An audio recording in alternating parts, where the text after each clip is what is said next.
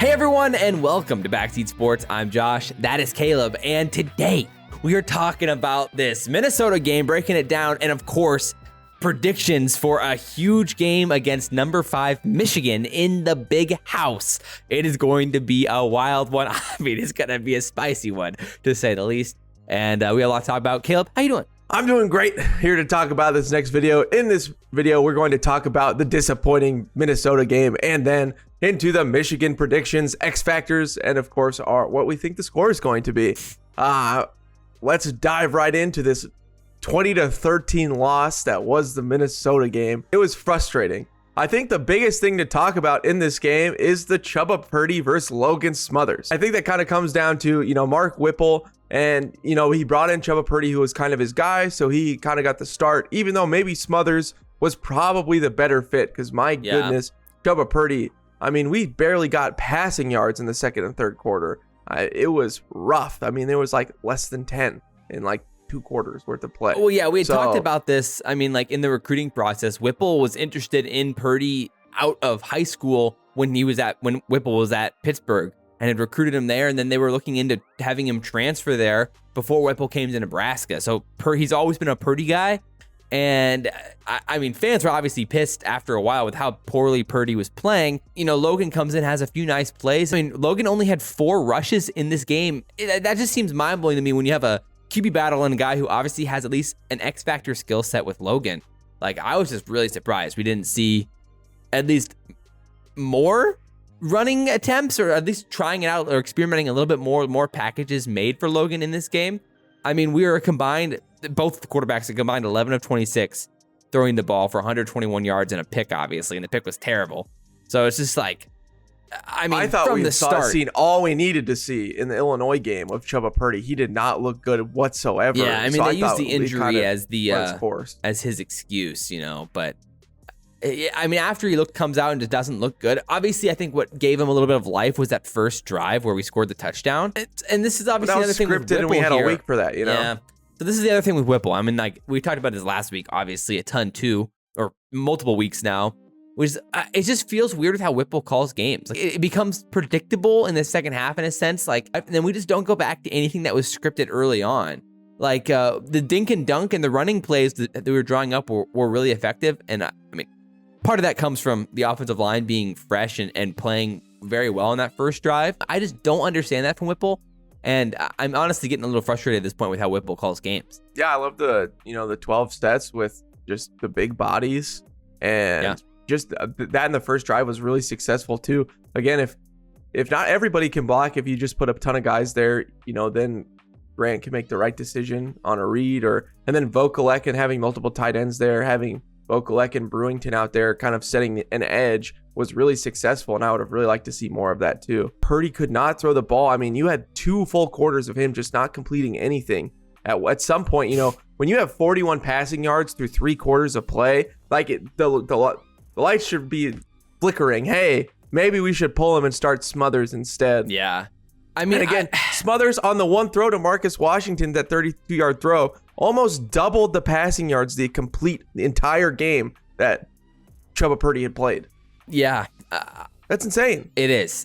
I agree. I mean, I'm not exactly sure what the dynamic was there with Whipple and with Mickey on the quarterback situation, but you have to give Logan a better chance earlier on in this game. Then 1 3 and out. I mean, Purdy had like 5 3 and outs, and we just pull him after 1. I know. It doesn't make sense. You got to give him better of a swing than that. And what's crazy is that, I mean, this was probably the offensive line's like one of their better games all season when it came to keeping quarterbacks up, and like the running game was at least efficient enough. Third downs and on 3rd and 6s, we couldn't get anything going. Speaking of which, oh my gosh, Purdy just would not step up in the pocket. He kept running back and just allowing that pressure to come to him. That was just ridiculous. I do want to talk about like overall, like the overarching picture. I mean, we legit had a chance in this game, even with the awful quarterback play. And obviously everyone's like, man, what if Casey was actually in this game? Like, there's a real chance we win it. Maybe even dominantly win it if our offense could move the ball at all. At this point now, what are your thoughts on this receiving core? I do want to kind of talk about this because Trey Palmer's now had 2 pretty terrible games in a row without Casey Thompson. Is this a chicken and the egg situation? Is Palmer slightly overrated? I don't really think so. I mean, the drop definitely hurts in the fourth quarter when he was wide open and it hits him in the hands. Yeah. But at the same time, like, again, just from watching the game and, you know, watching him because he's so dynamic, he does get open so often. And the quarterbacks just, I mean, Chuba Purdy starting just hurt him so bad because he could not get the ball out. I mean, he didn't have the arm strength too. Like Trey Palmer is just there were some moments there, where there was at least possibility downfield. Like, I think Trey Palmer definitely would have some big catches in both of those games. Yeah. And I mean, again, maybe even Logan Smothers, like, again, just, I think if we just let him throw the ball more, I mean, he's definitely better than Purdy at this point. So, again, it is frustrating. I mean, Logan Smothers was a 4-star quarterback commit. You know, I get that it was mostly because of the legs thing, but he could throw the ball too. So, yeah. You know, one thing I wanted to bring up was like, well, Trey Palmer, like on PFF, is like the 6th highest graded versus zone, but only 61st versus man. And so against some of these better defenses who feel comfortable playing man on the outside and then sending blitzes, which we know like how our offense has been against dealing with blitzes this season. Like, I think that's kind of like the X factor. We'll probably talk about that in this Michigan game too. I do agree that like I don't think Palmer, and again, against zone, he's great. I just don't know how dynamic he is against man, especially when he's pressed at the line of scrimmage. You know, I think he did fine with the Illinois game. He was still getting open against like Witherspoon, and they were running a lot of man there. Again, we just didn't get to see it because, well, it doesn't matter if you're beating your guy if the quarterback cannot get the ball to him. I agree. I think it's just an interesting question now with 2 bad games in a row for Palmer. So it's interesting. So on the defensive side, though, I mean, again, a lot of positives here. They kept us in the game. And like, you know, we saw maybe one of Caleb Tanner's best games of his career. We saw like Colton Feast had a really solid game as well. And the defensive line probably had the best game of the season so far. And like all things considered, keeping Ibrahim in check. I mean, 2.8 a carry for Minnesota in this game. That's pretty ideal. Like that's how you beat lowest Minnesota. Amount of yards in PJ Fleck's tenure in the first half. Wait, is that 38 total yards? Really? Yeah. I actually didn't catch that. Yeah. That's actually crazy. Yeah. So that's insane. Obviously, that counts some of the sack yards too, like with the combine and everything. But yeah, they had -7 rushing yards. I mean, it was incredible. So, I mean, our defense played lights out in the first half until the backup quarterback comes in. Then all bets are off. Well, because again, we just couldn't get drives together. Our defense, Minnesota is a time of possession team. They love wearing teams out. I mean, we 3-and-outed them multiple times, and in the first half, the time of possession was still close. It was still only a couple minutes apart. And then obviously, you know, then they start stringing those drives together. And we only had 40 yards in the second and third quarter combined. Yeah, and so they love just keeping them on the field the whole time. So the crazy thing is our defense was winning the field position battle too in the first half. Like, and Buschini had his best punting game as well. Yeah. My goodness. He had like a 59-yard punt, a 53-yard punt. So again, like the defense special teams this was a game that we should have won, but the offense really let us down. What was and the obviously stat? Wasn't it Minnesota hadn't lost a game or hadn't won a game when down by 10 in like 33 straight 32. games? Something like that. It was 32, and now they broke it. That's 32-1. Good Lord. Of course. It's just disappointing. The second they said that, I'm like, well, yeah, we know how this is going to go. Yeah, thanks for the commentator jinx. Really good tackling game as well. And like, it's fascinating to see the improvement on the defensive side. Like, it felt pretty hopeless after the first few weeks. And the team is starting to come together a little bit here without having like a star player. I mean, Garrett Nelson's probably the closest we have to a star player. But even then, like, you know, he hasn't been like unbelievable by any means. He's been very good. I definitely think that tackling in practice has like quite literally been an X factor for us. This like day and night improvement. I mean, like again, Colton Feast, like his tackling was the biggest problem with his game early on in this season. And we talked about that with a handful of players on this team, and like especially like Isaac Gifford, so much better tackling in this game too. And I think the physicality is just improving overall. And like, I mean, we even saw like we literally like saw like a dominant performance, or at least a dominant moment from Ty Robinson in that fourth quarter there, like a huge play. And like we had the worst tackling on a team. When's the last time we'd seen that from him? So I mean, do you see this as like a trend? Like over these last few games, we're going to see an actually respectable defense? It's kind of tough because Minnesota again is the least athletic team that we probably see. Like right. Illinois obviously had better comparing them athletes. to Michigan's not a good example, but maybe comparing. But maybe to against Iowa. But against Iowa, that is an exciting Wisconsin? thing that Iowa and Wisconsin. It is exciting that hey, we can actually, if we can hold those teams to 20 points, we have Casey back again. This makes those games a lot more interesting. And yeah, seeing the defense actually show up and dominate for a half. I mean, after the first two games and how much points we gave up against like Georgia Southern and those teams, you thought there was, not a chance. No. I mean, again, it makes the Oklahoma game just knowing where they are now. Like if this defense was where they were at, I'm happy to see that there was improvement though. And like these players and these high recruits like weren't just busts, but it was also some things that we were doing internally in the program. Yeah, and Shenander's it's a out. positive. So all of these things, I mean, I think Bill Bush is really creating himself a good little, he's auditioning well for future jobs, I would say. He is. So, okay, with that said, I think we can kind of head into the Michigan game here and go through some of the preview here, the strengths of Michigan, and then head into some of the X factors and predictions. So, obviously, this is number 5 Michigan. We're playing in the big house. It's a 29.5 point spread right now. That's just disrespectful. They're saying there's a chance. 51 point over under. I mean, that's kind of like a projected score of like what, 40-10. I mean, oh no. So PFF has them ranked, 4th. Obviously, they have us at 83rd. So I mean, inherently, the logic's there. I mean, this is going to be a tough game for Nebraska, obviously. So what? I mean, Michigan so far, they're 9-0, 6-0 in the Big Ten. They're coming off of a 52-17 win at Rutgers, a very impressive game. And obviously Michigan's looked really good these last few weeks. Coming at the start of the season or like kind of at the beginning of Big Ten play, they were at least tested. They had a close game versus Maryland, which was their 4th game of the season, first Big Ten game of the year. And then they had a 13-point game against Iowa, which looking back on that now is not very impressive. But since then, again, 24-point win versus Penn State, a 22-point win versus MSU, a 35-point win versus Rutgers. So they're kind of rolling. Everything's firing on all cylinders right now with a very impressive offense. I would say the Maryland game's a little bit deceiving as they were up 3 touchdowns. Yeah. And Maryland scored 2 touchdowns in the last like 6 minutes of the game because they kept the starters to make it in, even sort of competitive. Right. Yeah, where Michigan pulled their starters. So the scoreboard doesn't always tell this whole story. But so on the offensive side, obviously they've been very impressive so far, to say the least. Like number 3 in points per game at 42.2 per game. Number 2 in points per play. Number crazy. 2 in giveaways per game. So they're barely turning the ball over. And 14th in penalties. So they've been very disciplined this year. So what are your thoughts on this Michigan offense? What they do great? Well, it starts with their running backs for sure. Blake Corum, who we saw a bunch of last year, and Josh and I were extremely high on when we had the super close game against them last year and should have won. Still sad about it. Yeah. Where we should have won. Yeah, Blake Corum is incredible. I mean, we thought that he's just so shifty, balanced, strong, fast. And then also Donovan Edwards, a true sophomore who we didn't really see much of last year, who is, again, kind of like Corum, is insanely fast, he jumps off the page.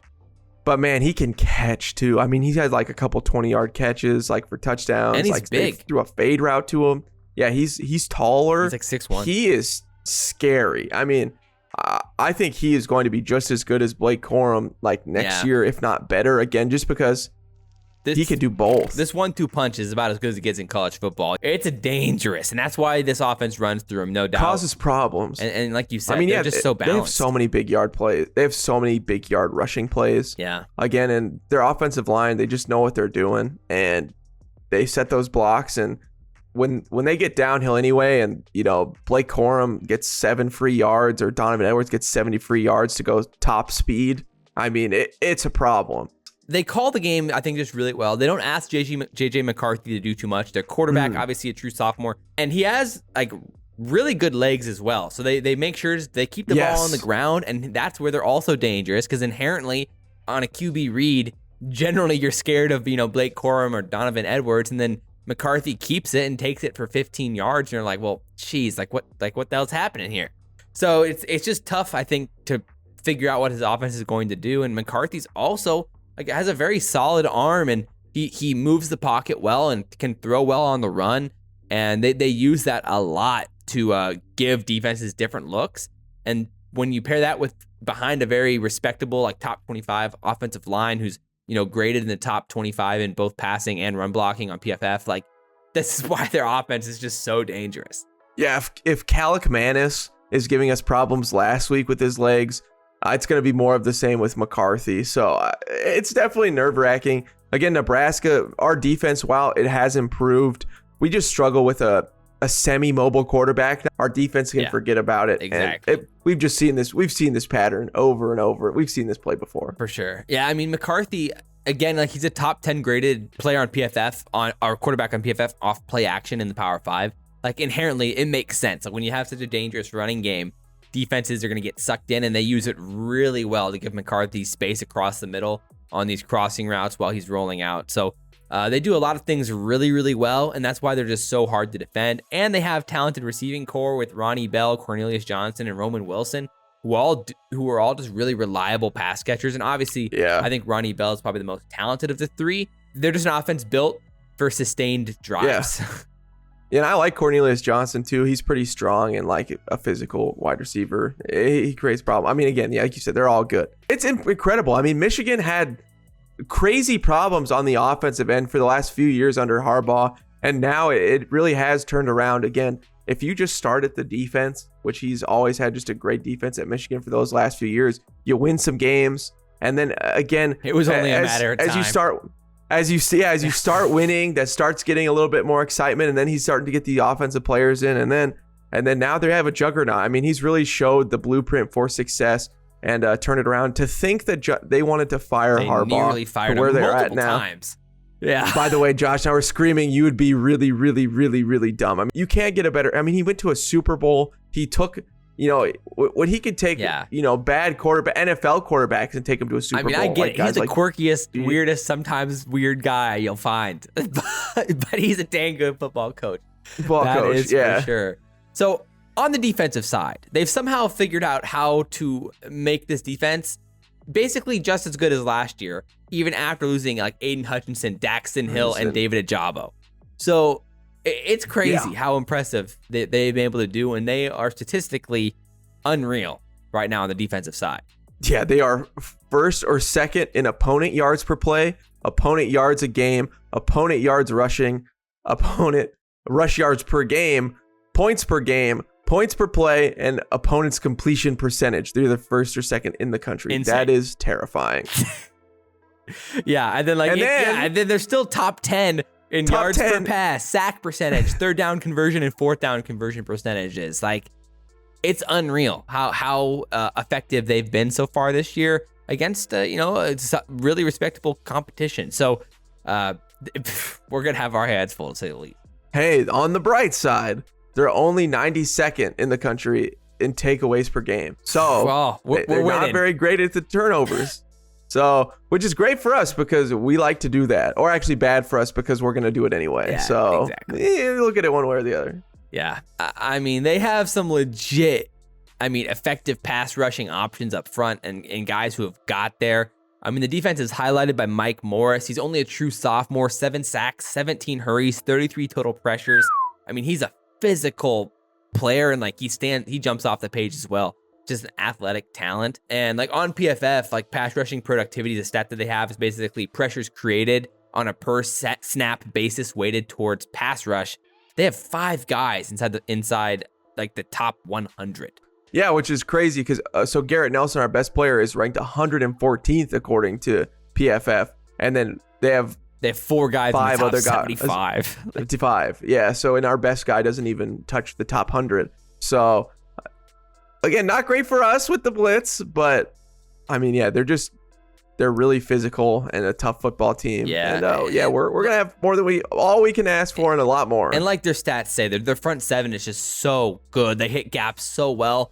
And then their secondary is just athletic, and they spread the field. And it's like when guys get through, they chase him down and they minimize the damage. And that's what, we talked about JoJo Doman being so good at last year, just the Band-Aid.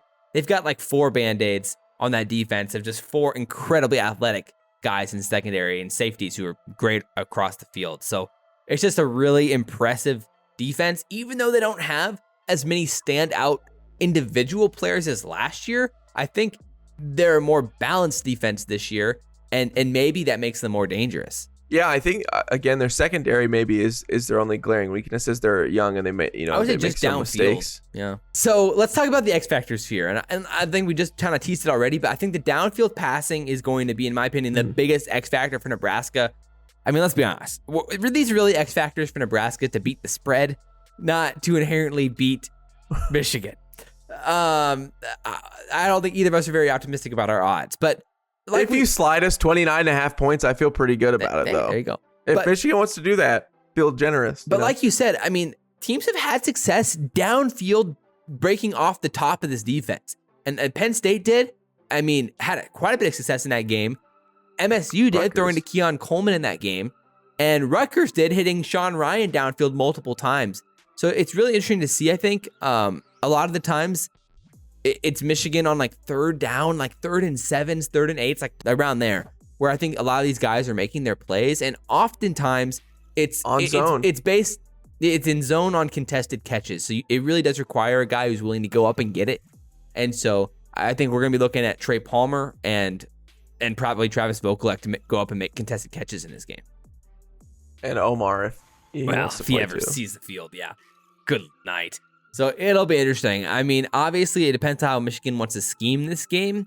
But if they do play some zone here on third down to try to keep it in front of them, I think that'll be our only chance if we can keep Casey Thompson upright for more than 3 seconds. Which is quite the ask with, the worst O-line in the and one of the best pass rushes in the country. It adds up, The other X factor, besides Trey Palmer, is, again, our D-line. Can we continue to find some defensive success? Can Feast and Ty Robinson, again, start to figure it out a little bit more? Can O'Shawn I think it's just kind of the trend of improvement, tackling? Right? Like, I mean, the trend is continued. This is the true test, though. I think the other X factor you can throw in there would be J.J. McCarthy's legs and whether or not we actually have an answer for it. I mean, last year, again, JoJo Domann was the answer to quarterbacks like that. This year, we haven't really seen that. I mean, Isaac Gifford's been okay as that nickel guy and making tackles, but he's improved, but he hasn't been JoJo Domann. And having Reimer back last week obviously made a huge difference in our performance compared to the previous 2 weeks. It's hard to say, but McCarthy's legs, at least for Michigan, is a massive X factor with how they're going to move the ball in this game.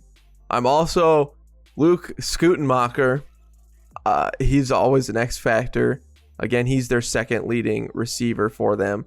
Can we cover the tight end? Josh and I talk about this every week because our team sometimes bites too hard on the runs and just gives these guys way too easy of opportunities. It's going to happen in this game. Like, inevitably, it's going to happen. Yes, Skutenmacher is going to probably have a touchdown in some really long play, and it's going to make me sad. But yeah, Reimer, he had a couple problems against it last week too, where it was a little worrisome. So hey, this is my weekly reminder to Reimer. Hey, Skutenmacher, he exists.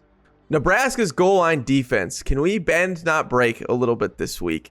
Can we hold them to some field goals instead of touchdowns? Can we bring the score down a little bit to, again, maybe make it more reasonable in these drives? Well, I mean, Michigan hasn't been that efficient in the red zone these past few weeks. I mean, basically the last 3 or 4 weeks, they've kicked a lot of field goals in the red zone. And so, I mean, if we can keep that trend up, then maybe we can minimize some of the damage off turnovers and big time plays. And that's what we're going to have to do in a game like this to stay in it. Let's head into the predictions then. I'll start us off here. I do like Nebraska's odds of beating the spread. So that's good news. I mean, again, I don't know. I just don't think there's a real narrative that you can make where Nebraska's going to go on the road here, even with a healthy Casey, which I think both of us assume Casey's going to play in this game, because he was going to be a game time decision last week. Assuming Casey plays, I think we'll have at least some success downfield and be able to find some points. And like you said, I think we'll have a few good stops in the red zone to minimize and bend, don't break. I think that's going to happen. I do think that our defense is the trend of improvement, is the real deal, that we're actually going to see a respectable Nebraska defense in these last few weeks. I think we'll be able to put up a decent amount of points, like 20. And so I'm going to take Michigan to win 41-20, so a 21-point victory for Michigan. Inherently, the running game is going to be too much. On the road, there's just too many things against us in this game to pick us to win by, or to lose by probably less than that in my head. I think Nebraska could keep this thing interesting for a while, though. Yeah, I mean, we're one of the best teams, again, on the first drive, and I think there's a high possibility we come out on our first drive and we score a touchdown again. I think that's something that Nebraska, again, we've been able to do. We can go up 7-0 and then disappear. So I think that's a very high possibility here again. There's no way that. I mean, anything's possible. You can always win. I mean, if Northwestern Michigan decides. we just need some insane wind and a lot of rain, and then apparently we can hang in there. And then if Michigan just decides to turn the ball over like 5 times, then yeah, this would probably be a really good game. But it'd take an insane amount of turnovers, some luck, some good bounces to get there. Yeah, it's how it happens. And if you can, punch them in the gut early, then maybe you can find some momentum, and then all you need is a few mistakes to go your way, and then things can start turning. But those are all the ifs that would have to line up, and that's why it's hard. Yeah, that's why I play the game. But I do think we're also going to beat the 29.5-point spread. I have us losing 35-13. So you're taking the under on the points on the over-under. I am taking the under points. I just don't think that. I think our defense has improved enough to stop them somewhat, where at least they're going to have to earn it and burn some possession. And I also just don't think our offense is going to be able to score enough points. We really have seen this Jekyll and Hyde offense and in this last few weeks, it's definitely been Jekyll where we can't score any points. No. And we thrive off big plays, which is how Whipple draws it up with his vertical passing game. And it's just going to be hard without against Casey Thompson. There isn't a vertical passing game. And that's just the offense. And without him throwing the ball downfield, and will we have 3.5 seconds for the play to develop enough? I just don't think so. Not enough, not consistently. And I'm worried about Casey going down with the injury again, because our offensive line is the worst offensive line in the Big Ten, in the Power 5, and maybe in the country. So it creates too many problems. I agree. I mean, it's possible what happens with Rutgers happens to us, where eventually they end up winning by 35. But we know for a fact our offense is better than Rutgers, especially when Casey's healthy. So I think that's going to be the X factor in that game. I agree. So drop your comments down below. We'd love to hear what you guys think. Is there a narrative where Nebraska can win this game? I'd love to hear you guys tell us. Give us hope. We want to know. Inject it in my veins. And also, love to see your thoughts on Mickey Joseph and the future of Nebraska's coaching. We'll be getting a video out here sooner than later here on the coaching and the future for Nebraska in that regard. So drop your comments down below. We appreciate you guys. Hit the subscribe button. Hit the notification bell so you never miss an upload. But as always, I'm Josh. That's Caleb. This has been Backseat Sports, and we'll see you next time. Go Big Red. Go Big Red.